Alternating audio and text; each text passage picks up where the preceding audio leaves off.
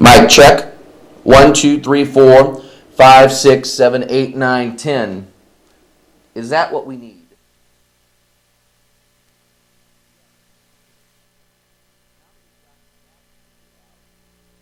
Check. Oh, we did have it figured out. Let's see. We need to bring that up on the mixer. We need to turn this down over here. Ooh, sorry about that for those of you who are listening.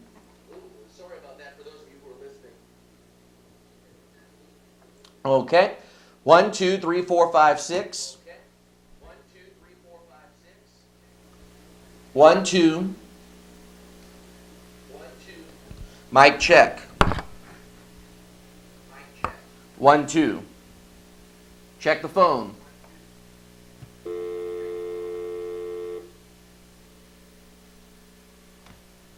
Now, if only we could get this a little closer. Okay.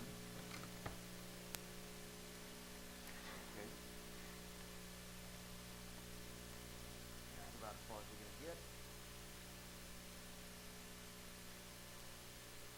Okay. Got that figured out.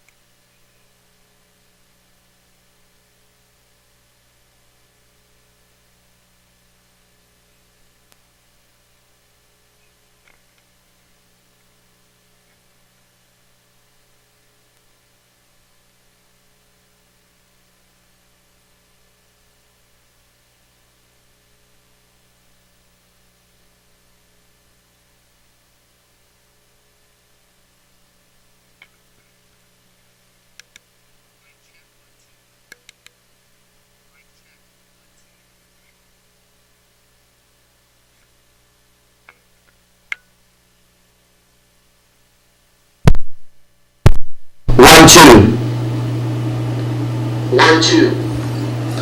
That was weird. Alright, let's turn this down some.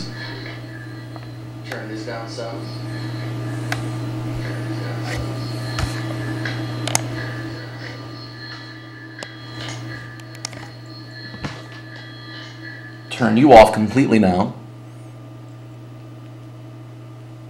Check.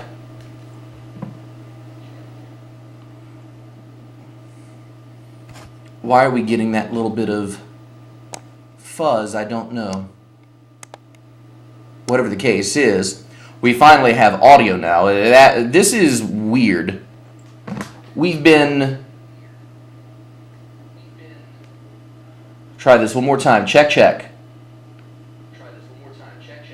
Okay, that's better. We're having a bit of a weird situation here this evening over at AOC. We've been fighting, I guess, as you see down here, all of the technical issues we've been fighting. Let's put the owl over here, so at least he's in the camera shot. We've been fighting these technical issues. Let's adjust the camera one more time.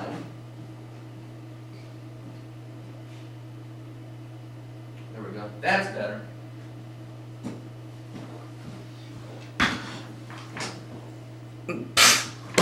Now the head is cut off.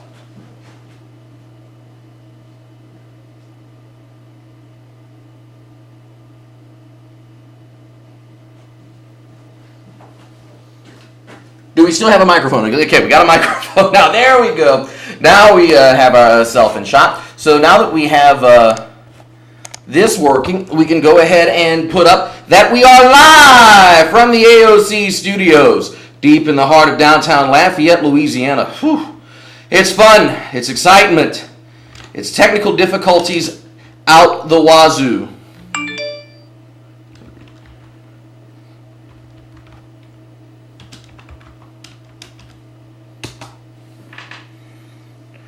Oh, man. I knew when I woke up from my nap, I had that sinking feeling. It's like, you know what? Maybe, just maybe, we should stay home tonight.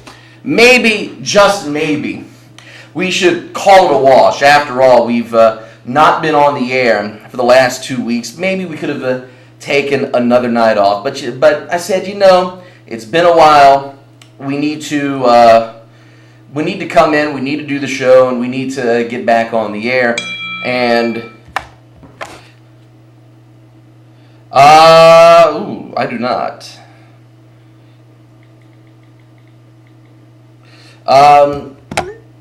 We've been off the air the last 2 weeks, and I figured tonight would be.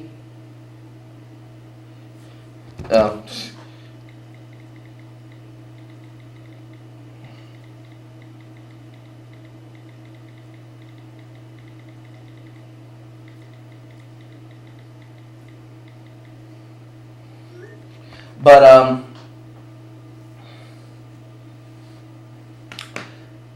where were we? Oh, yes. We weren't here last week. We weren't here the week before. We are back tonight, and we're glad that you are here with us on the Acadiana Open channel. If you have anything you want to say, pardon me just a second while I do this. But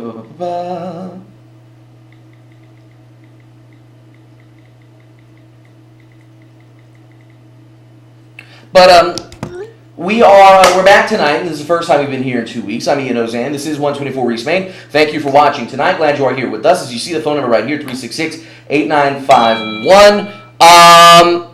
There is a bit of a difference tonight because of technical issues with the other phone on the other side. Tonight, we will have to add the extension that I typically tell you not to use since we're in here. And we'll go ahead and test this out via the phone so you can understand what's going on. As you see, the number at the bottom of the screen says 337-366-8951. When you press enter, and I'll go ahead and put it on speaker so you can hear, Thank you for calling into our live program. When you dial, you get that. To speak to the director, press 1 now. And it tells you to press 1 to speak to the director. Remember to turn down your television. I would tell you not to do that. But tonight, you're going to have to do that because the other phone is shot. And when you press 1, it comes to here, and because it's me dialing, you get that terrible feedback. But tonight, to get in on the air, if you do want to call in and talk, you have to press 1 after the automated system picks up. Normally, you're not supposed to do that. Tonight, you have to, though, because we are relying on the phone here in the booth. The other phone is shot. So 337-366-8951, extension 1. You do have to press the 1 when you dial in, and it will get you to us in here in the studio. And while I'm doing it, let me go ahead and adjust the ringer volume so I can hear when somebody does indeed call in. Lots to get to this evening. Of course, we're going to rant on the Pacquiao fight. We're going to discuss that. We're going to discuss a little bit of the state legislature as well as local politics as well. Something we've not done in a while in discussing the city parish council and LCG politics. We'll do that tonight a little bit, and I'll explain why once we get there, and anything else that may come to mind. We're going to go ahead and start off, as we typically do, with a little bit of housekeeping. And I've been talking about the history of this show being in flux and not knowing what we would do if there would be a season 8, if we return to air with the beginning of the new season in July. And it's something that I've been thinking about and trying to figure out, would it work? Could we make it work? Is this something that Is it something that would be feasible? And I've been weighing that in my head for a long time and trying to figure out if it was possible, or if even coming back for an 8th year on the air would be worth the viewers' time, would be worth my time, would be worth everybody's time, really. And after all, with Tyler, Tyler's now an expectant father. He has a job. Artemio is a father. He has jobs, multiple. Nick Mayall, same boat, has a kid, has a job. And you start thinking, okay, how long can we sustain this show without any of our old regular co-hosts? Hell, is anybody out there watching right now? Was a question that I typically got. And the last time we were on the air, we got some response. So there were people out there who watched, and I appreciate those of you who tuned in to let me know that the set was dark as it is tonight, who tuned in to tell me, as a matter of fact, the sad part is, where we are right now is dark, and over here, where I am, is where the main lighting is. Only problem is, I'm just out of range of the light. Let's see. Maybe we can turn it to where it's shining a little more as we go along, but we'll just keep it as it is right now. But the crux of the matter is, would it matter if we continued to do the show? And I got my answer on, I think it was Wednesday afternoon. I stopped at a Mart with Walls on Pinhook Road, and I was stopped by the manager of the store as I was walking towards the checkout. He said, "Excuse me, sir. I see you in here all the time. I see you shopping all the time, and I want to tell you that I watch your show on the Open Channel, and I enjoy it. You do a good job. Keep up the good work."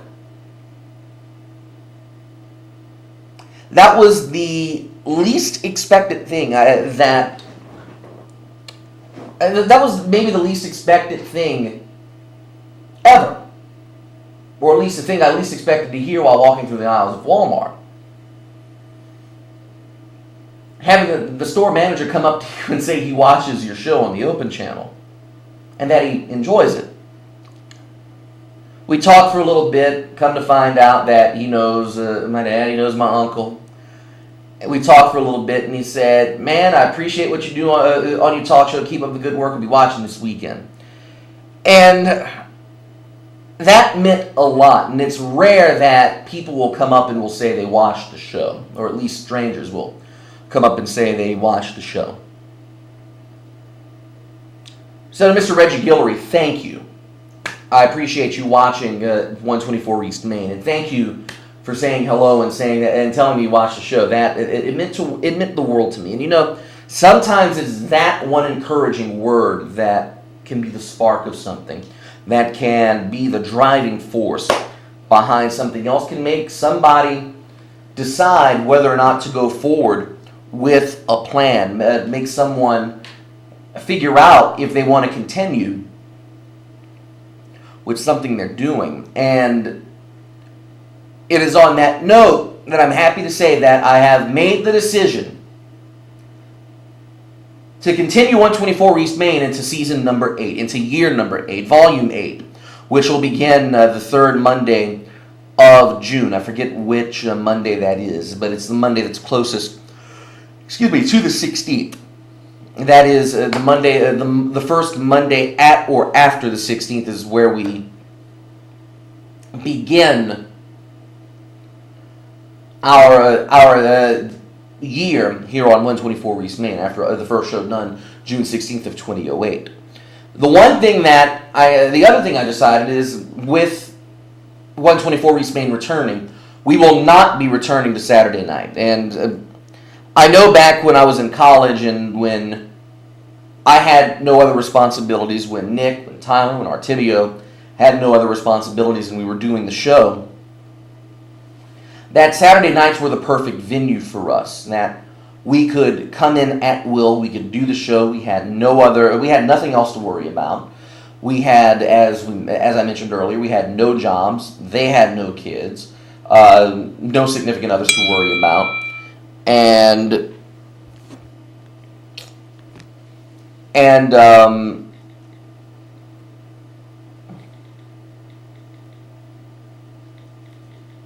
Jacob White just now texting me.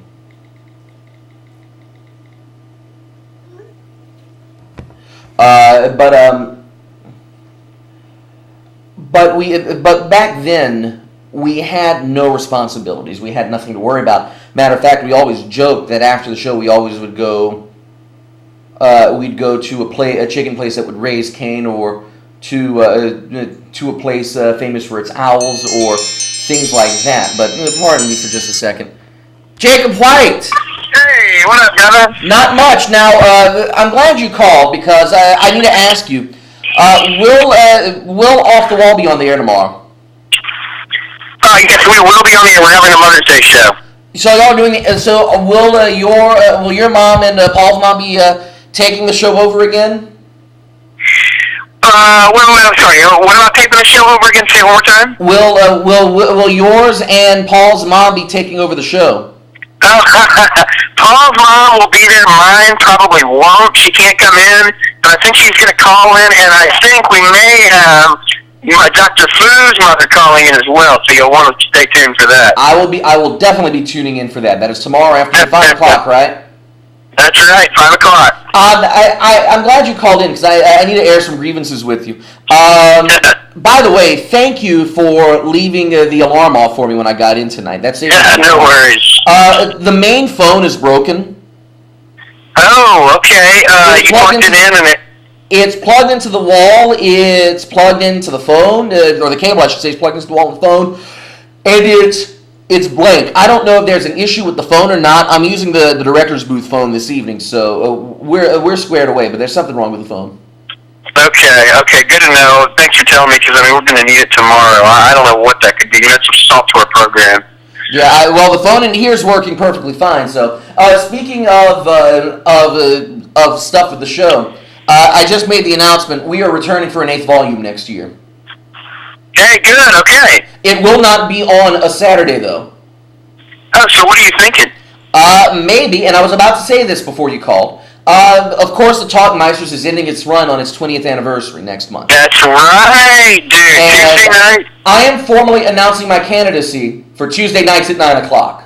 Cool, man. You'd be a welcome addition. I would, and if we do that, I would hope I'd still be able to do assuming that I'm doing the show alone. Now, Tyler and Nick and Artemio may rejoin us if we move to Tuesday nights, which they've already said they're interested. It's probably easier to rouse the troops on a Tuesday night than on a Saturday night. Exactly. Hell, it's easier to rouse this troop on a Tuesday than it is a Saturday. I just woke up from a nap. That's why I'm in a pickle right now, trying to get everything settled. But we're looking at Tuesday night as a possibility.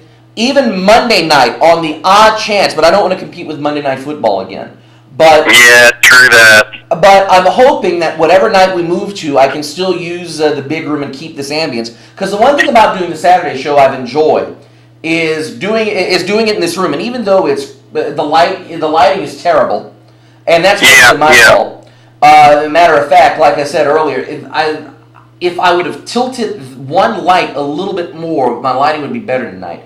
But yeah. But with that said, I like the ambience of this new third set that we kind of created, and I would hope that if we move to Tuesdays, we can still keep it in this room.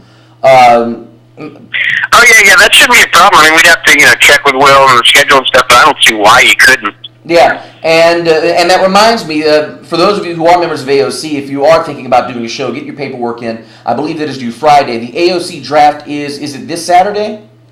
It is next Saturday. Yeah, exactly. One Saturday from today. So, you know what that means? What? We need to get Ed Bowie a podium with an AOC logo, get a bunch of people in the audience to heckle him and mock the NFL draft. Oh my God, that's a great idea, dude. I've been pitching this for forever, and Back in... We got a staff meeting on Thursday, so I'm gonna pitch it. I'm gonna. If I haven't told her before then, I'm gonna tell them that that's gotta happen. That would be hilarious. If not, if we probably can't do it live, but I would love to tape a special 124 East Main episode of just doing a mock draft and having a couple other people just mock the entire ESPN experience. I think it would work well, even if only a few of us got the joke. Oh yeah, totally. But listen. I just got to the house. Let me. I'm about to put you on TV. I'm gonna let you go for a second. If I call back, I can call the 366-8951 and press 1. Correct. Okay. I'm gonna call back in a bit. Ladies and gentlemen, Jacob White on the cell phone tonight. Thank you, Jacob. You know what I'm saying, everybody. I'll talk to you in a bit, man. Peace. Brother. Jacob White checking in. But yes, we will be back next season, either on Monday or Tuesday. Hoping for the Tuesday. Monday, again, we've done before. Mondays didn't work out too well, and that's why we moved back to the Saturday time slot. But again, realizing that Saturdays aren't what they used to be. The 2008 to 2010 run we were on Saturday nights, back when we were in the old building, was wonderful for us. And the last year doing Saturday's been wonderful as well. But it's just not the same. It's just not the same experience, and we need to be back in the weeknights. So check that out. Watch for us. We will be back, and we will be coming into. We will be moving back to weeknight primetime here on AOC in the near future. Just keep your eyes out for that, and we will go from there. All right. Now that we've gotten the housekeeping out of the way, let's go ahead and get into our other topics for tonight, and we'll start off with the fight of the century. The reason we weren't here last week, the so-called fight of the century. Floyd Mayweather and Manny Pacquiao. I know that before the fight, it was hyped as the fight of the century. Now it's being hyped as the fight that killed boxing. I don't think we need to go as far as to say it's the fight that killed boxing. Yes, there was the fight of the century in the respect that we've been waiting to see this fight since the beginning of the century. Yes, this is the fight that fans have been waiting for. But for those who are now complaining about spending the $100 on the fight and it not being the slugfest that people expected it to be, then it proves that you're not an astute follower of boxing, as you might claim to be. All of the Facebook and Twitter and internet boxing analysts that came out of the woodwork in the weeks leading up to the fight were hyping it up and maybe making more of a hype of the fight than it needed to be. Now, granted, the mainstream media didn't help the cause, but when you have folks on the internet talking about how big this fight's going to be, how they're going to buy it, and how they hope one fighter knocks out the other, you're putting undue expectations on both of those men, on Floyd Mayweather and on Manny Pacquiao. I'll come back to the Pacquiao injury in a little bit. But for those of you who expected a Pacquiao knockout, you underestimated Floyd Mayweather's defensive genius. Now, I know a lot of you are going to say to yourselves, defensive genius, yes. I know he clinches, I know he runs, but speed, footwork are part of the game. A fighter like Floyd Mayweather, who is not a knockout artist, needs to rely on his feet, needs to rely on his skill, and needs to rely on his movement to keep fighters on their toes and to make sure that he doesn't get hit. He is a defensive fighter. He is a counterpuncher, and he proved that last week, and that's why he won as many rounds as he did. Personally, on my scorecard, I had it scored 7-5 in favor of Pacquiao. I think he did enough in rounds 1, 2, 3, and 6, 7, and 8 to warrant taking those rounds. Rounds 1, 2, and 3, I thought he was a more effective aggressor. I thought that he landed enough punches, and frankly, I didn't think Floyd did enough offensively. Now, granted, his defense was splendid, but he was not an effective aggressor, and I didn't think his counterpunching was enough to win the round in the first 3. Same thing can be said in 6, 7, and 8 when Pacquiao caught a little bit of a burst and started catching offensive flurries. But I could understand why a judge would rule rounds 1, 2, 3, 6, 7, 8 for Floyd Mayweather. Those were very close rounds and could have gone either way. 6, 7, and 8, I was really torn. And as a matter of fact, I think I may have given one of those to, I gave one of those rounds, I gave round 6 to Mayweather, and that was the round in which Pacquiao landed a bunch of, or was connecting on flurries with Mayweather in the corner, but the catch was, none of those punches landed cleanly. If anything, 1 or 2 of those punches made contact. Floyd's on the ropes playing rope-a-dope and not getting hit. And that's why, and Jim Lampley said it in the broadcast, some judges may give that round to Pacquiao. But when you watch it, there was no way, in my mind anyway, that you could give it. Yeah, he was an aggressor, but he wasn't effective. And knowing what we know now, we now know that with the injury, I'm sure that Pacquiao was winded and had nothing left after that round. And if you look at the judges' scorecards, Mayweather, I think, swept rounds 7 through 12 on all 3 judges' scorecards. The final tally was that I predicted the 8-4 result that 2 of the judges gave. That, when I predicted the fight online last week, I thought it would be a draw. And again, this was not knowing about the injury beforehand. I thought it would be a closer fight, that it would be a better fight, and that Manny Pacquiao would make it more competitive. But that was also assuming that Mayweather wouldn't run, and he did. But I thought Pacquiao would have been more competitive. I thought one judge would have had it 7-5 Pacquiao, which was what I had on my scorecard, 8-4 Mayweather, which is what 2 of the 3 judges had on theirs, and the third judge going even with a draw. Well, on the scorecards, 8-4 on 2 of them, with the other one going 10-2, which I don't agree with the 10-2 decision. I can understand 8-4, 10-2, no. That's a little bit heavy in favor of Floyd Mayweather. There's no way he won 10 rounds in that fight. I could understand 8. Again, there's 6 of those rounds that I could understand the argument and the logic either way. From the vantage point of the judge, did Pacquiao's flurries, those little combos that he did come with every once in a while, did they land solidly? Did they land flushly? From where a judge sits and from the perspective of the 3 judges, it may not have, depending on where in the ring they were. Those judges aren't privy to 4 or 5 camera angles, high definition monitors. They are watching the action live, real time, and they are, for what it's worth, below the ring apron when they're watching it. They're not watching on HBO or on pay-per-view like the rest of us.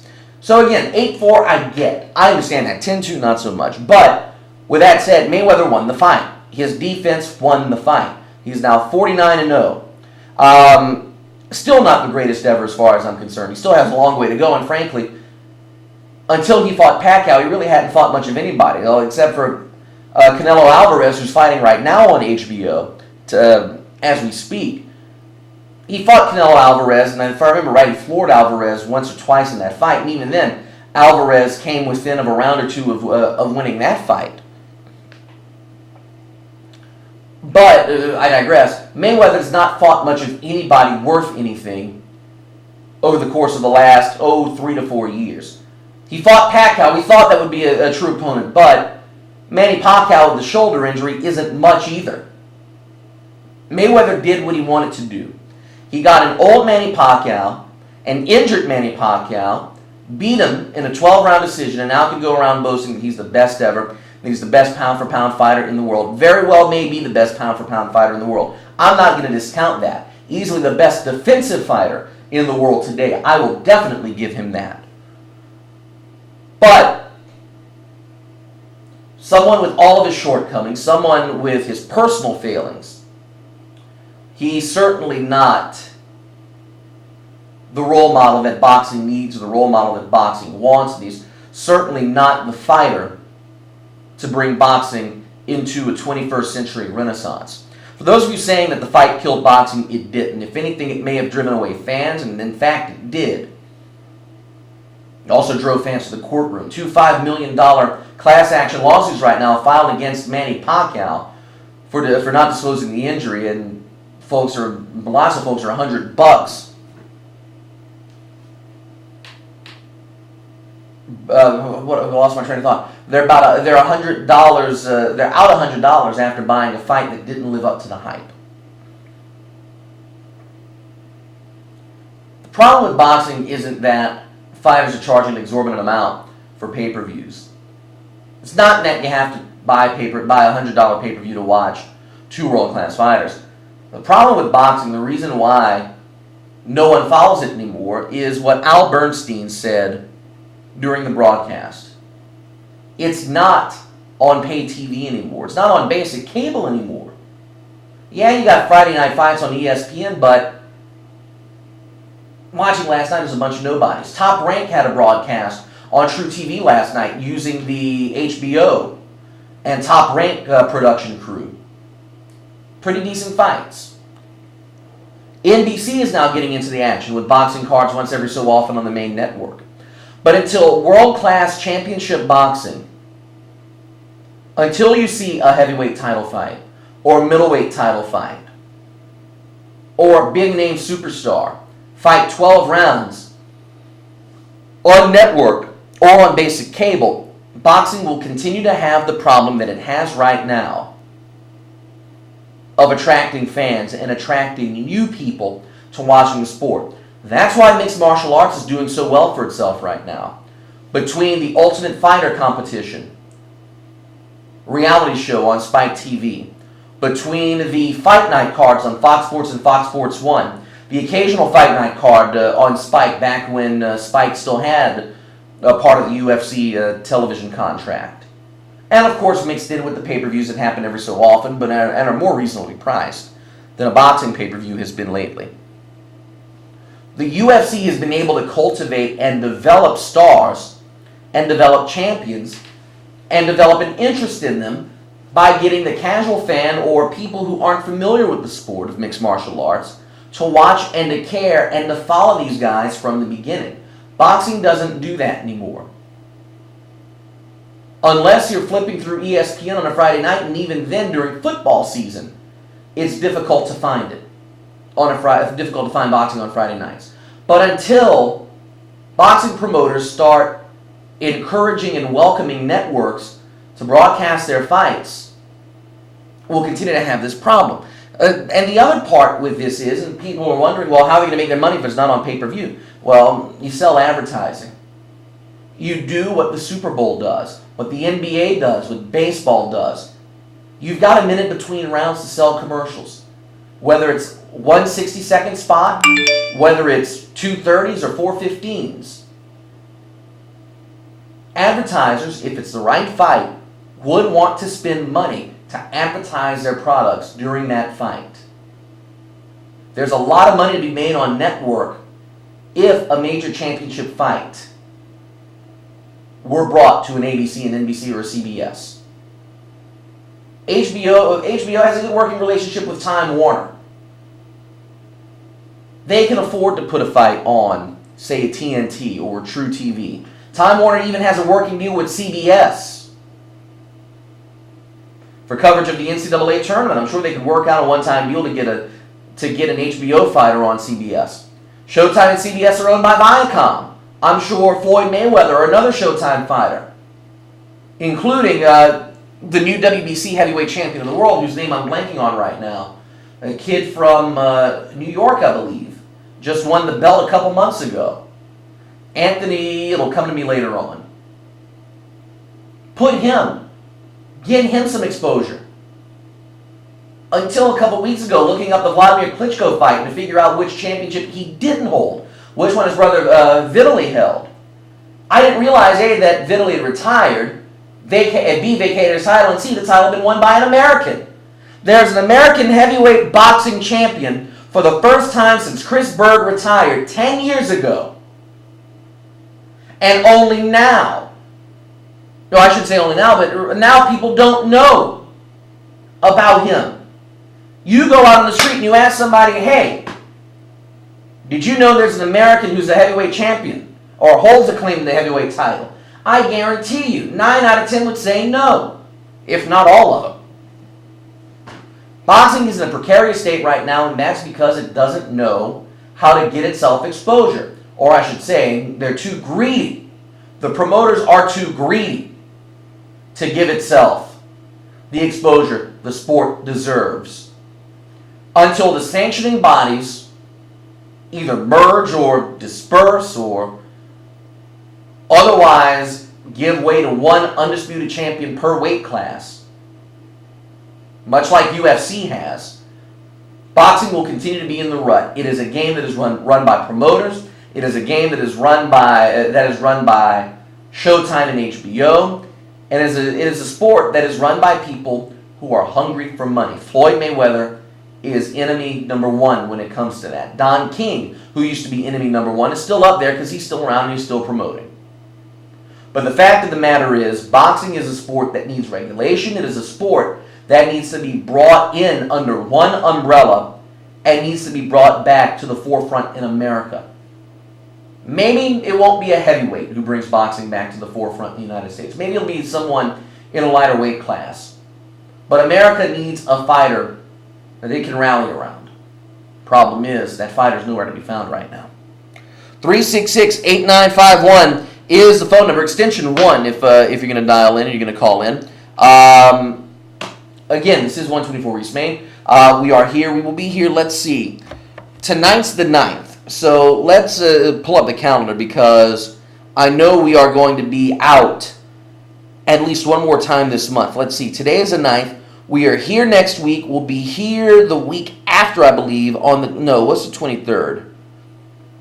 There's something going on May 23rd, and I do not remember what it is. We may not be here that week. We definitely won't be here on the 3rd. That's right. May 23rd is 2 weeks from now. May 23rd is Daniel Cormier. Speaking of fights, Daniel Cormier, a Northside High graduate, would have had a chance of competing in the Olympics in 2008 if he wouldn't have been injured, or if he wouldn't have injured himself. Will be fighting for the UFC Light Heavyweight Championship on May the 23rd, Saturday night. I'm anticipating watching that card, so we will not be here that night. We'll be out 2 straight weeks because the 30th, I'm going to be back in the orange bubble. It will be nice to be back in the old stomping grounds. So the 23rd and the 30th, we will not be here.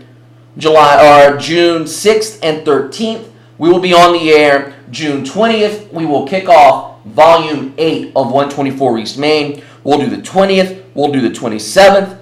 And then July the 11th, because the new season begins in July.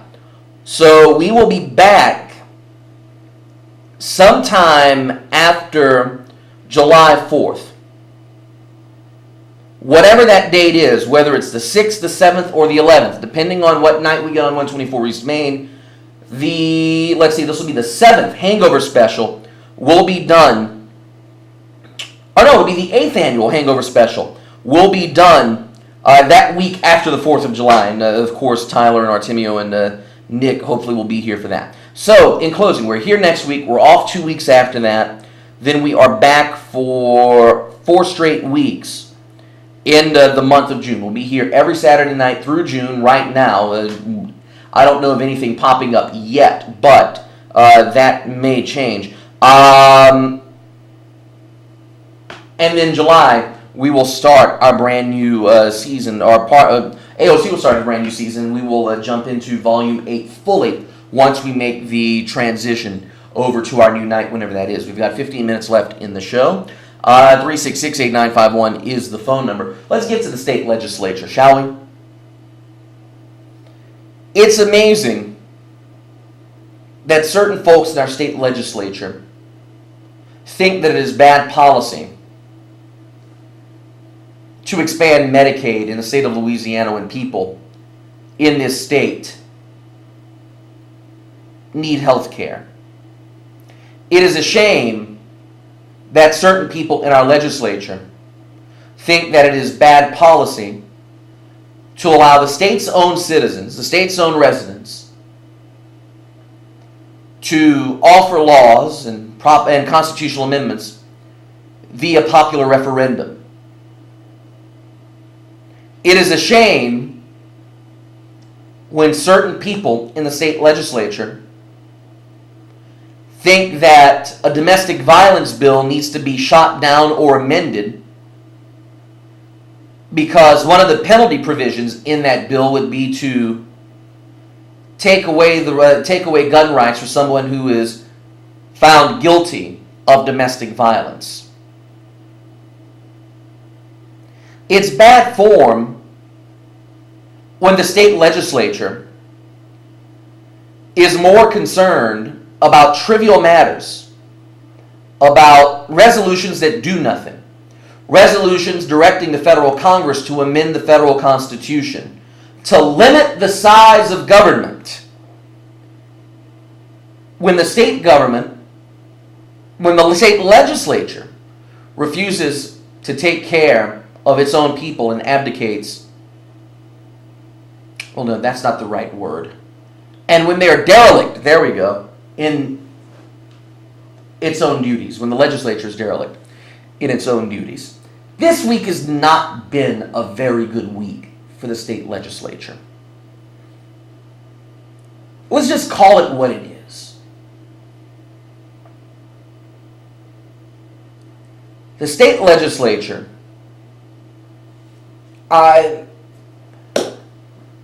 sometimes I wonder what they're thinking, especially in an election year. While I get them from a political standpoint, I get the Medicaid thing, only because nobody wants to look like they're siding with the president in an election year. You figured the Medicaid expansion thing would fail on its face.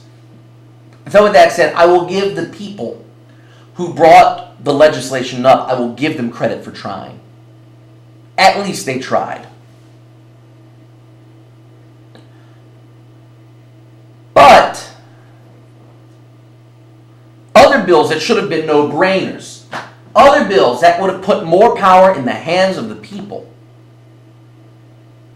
or a bill that would have put power in the hands of the people. Two of them, as a matter of fact, got shot down in committee. The first one would have been a constitutional amendment that would have gone on the ballot this October, that if approved would have allowed residents to propose laws and constitutional amendments via popular referendum and bypass the legislature, which we all know the legislature is not exactly, even in a good year, is not exactly the model of a Republican government.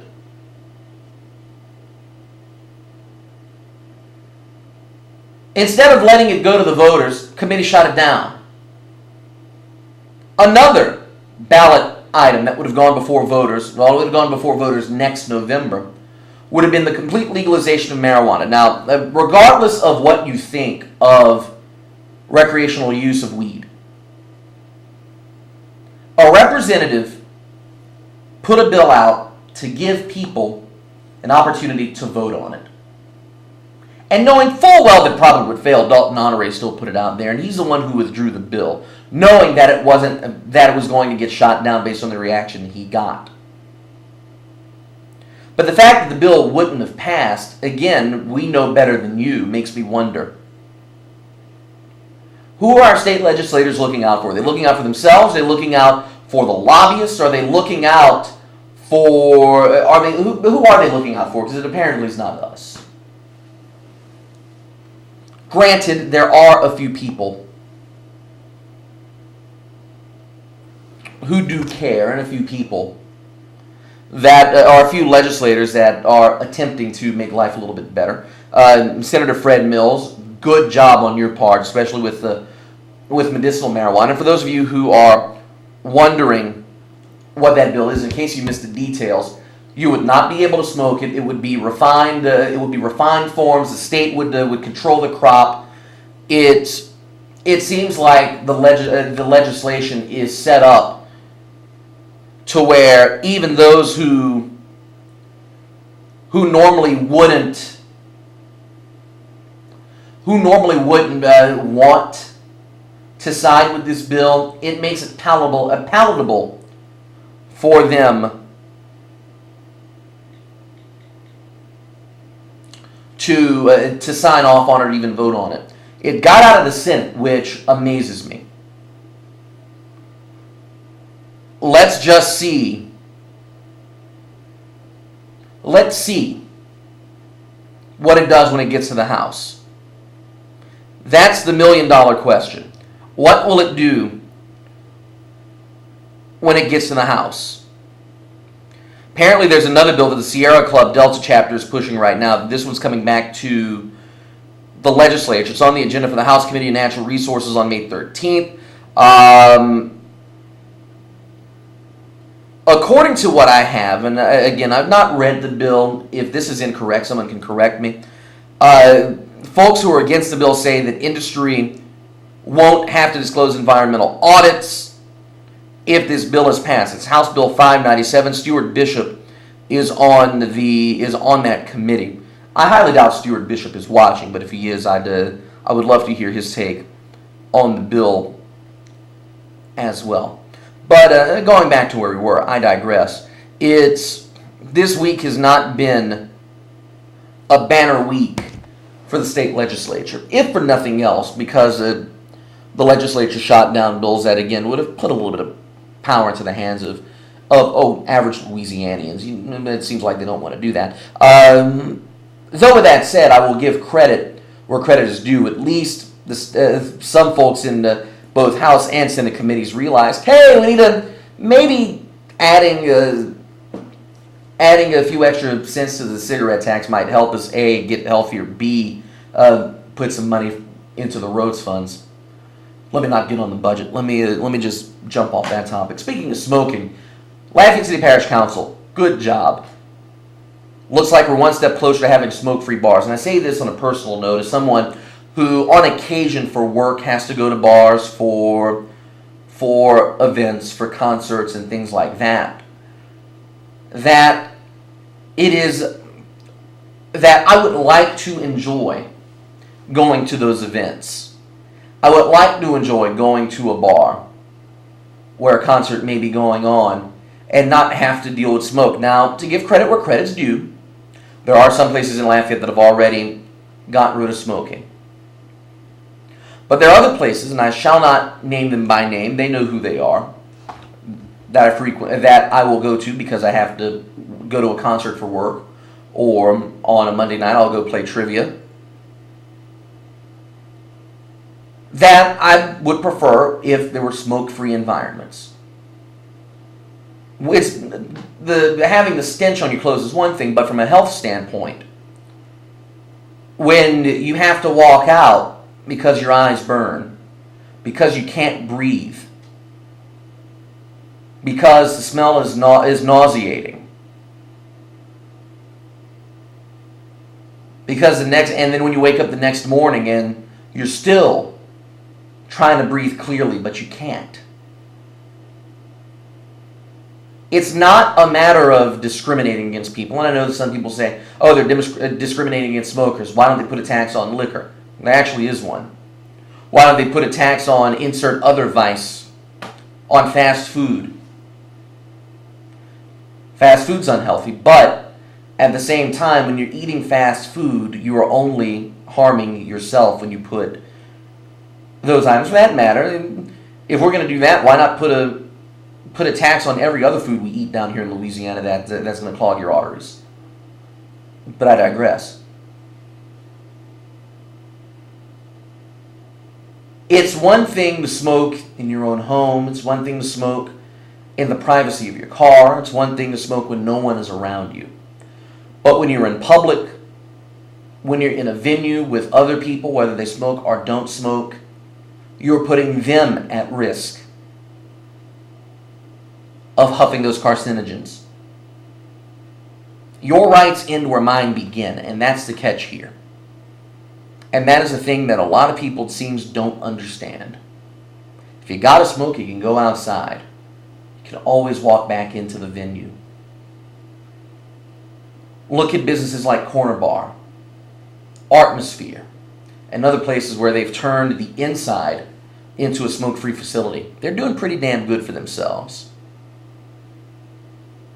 There are other bars around Lafayette that are smoke-free. Scandals is another one. That place is hopping every Friday and Saturday night. No smoking inside. It can be done. For the bar owners who are still resisting it, you're not going to lose anything. If anything, you might gain something. And for the patrons who are complaining about their rights being trampled on, what about mine? What about my ability to go into a facility and not have to whiff your stinky air? My 2 cents on that. Lastly but not least, speaking of the council, a candidate came by, or his canvassers came by the palatial estate today. I won't say what district I live in. I won't mention the candidate by name either, because at this point, nothing has been, until qualifying happens, I will try to refrain from mentioning candidates on the air. Even though in the case of one district where I know the person's going to run unopposed, and he'll be back for his third and final term. Kidding. But I will refrain from mentioning candidates on the air, though I will make one exception for the city parish president's race in Joel Robideau and Dee Stanley. We know they're running, and when stories abound, we will discuss those. But right now, there's not much of anything to discuss other than they're in there. Those both of those races are ramping up. Robideau, according to one media report, is waiting till the end of the legislative session to announce what his platform is. Take that however you want. Dee Stanley also ramping up his campaign. Saw him yesterday. Good seeing you, Dee. But anyway, back to where I was. Canvassers for a candidate in my district for Lafayette City Parish Council knocked on the door of the palatial estate today, and sorry for opening the door and not realizing I didn't have a shirt on. But at any rate, his canvassers were handing out flyers, and the front of it says people first, keeping Lafayette City Parish family friendly, community safe, economic and strong. Okay, we've got the buzzwords there. It's on the front. That's fine. Character you can trust, personal, resourceful leader, conservative, Christian, compassionate. Again, more buzzwords. I'm sure the back would have more to say. And the 3 planks of the platform of this, which the candidate refers to as the trifecta. Traffic taxes trajectory. Traffic. Improve road infrastructure, employ creative traffic engineering, 4-lane major roadways, and secure state and federal monies to fund it. The 4-lane major roadways, I have a question. All of the ideas in the traffic part sound fantastic. The last 2, though, are things that have already been done by the current Lafayette City Parish Council and the person who currently holds this seat. And again, I don't know if he's running yet. I asked the incumbent directly not too long ago, and he said, wait and see. 4-lane major roadways, secure state and federal monies to fund it. If you're talking about Vero School Road, which runs in your district, that's already been taken care of. In the taxes, no new taxes, which, to come back to traffic, if we're going to improve road infrastructure and employ creative traffic engineering, how are we going to fund it? The city's not broke. It needs a little more money, and the parish is completely broke. Which, if anybody needs a primer on that, you can talk to Andy Hebert. Remain fiscally responsible, and I get that. Prioritize budget and make appropriate adjustments. Yeah. Foster community investment. When you say foster community investment, you need to elaborate on that. Build on that. I would like to hear what that says. Trajectory. Promote family values. Again, elaborate. Lafayette's already recognized as a family-friendly city. I don't know if while yeah, maybe we need to promote them, I think we're doing a good job of that already. Preserve our rich community heritage. Get that. Yeah, that's good. Community economic growth without growing government. I can agree to that. Protect individual freedoms. Now I think we're nationalizing local government. We're turning City Hall into the Capitol, which, I'm not sure. Growing larger while growing smaller at the same time. A bit contradictory there, but I see where he's going with that. The trifecta sounds good, needs more elaboration, and really, I would go back and revise this if I were you, candidate, and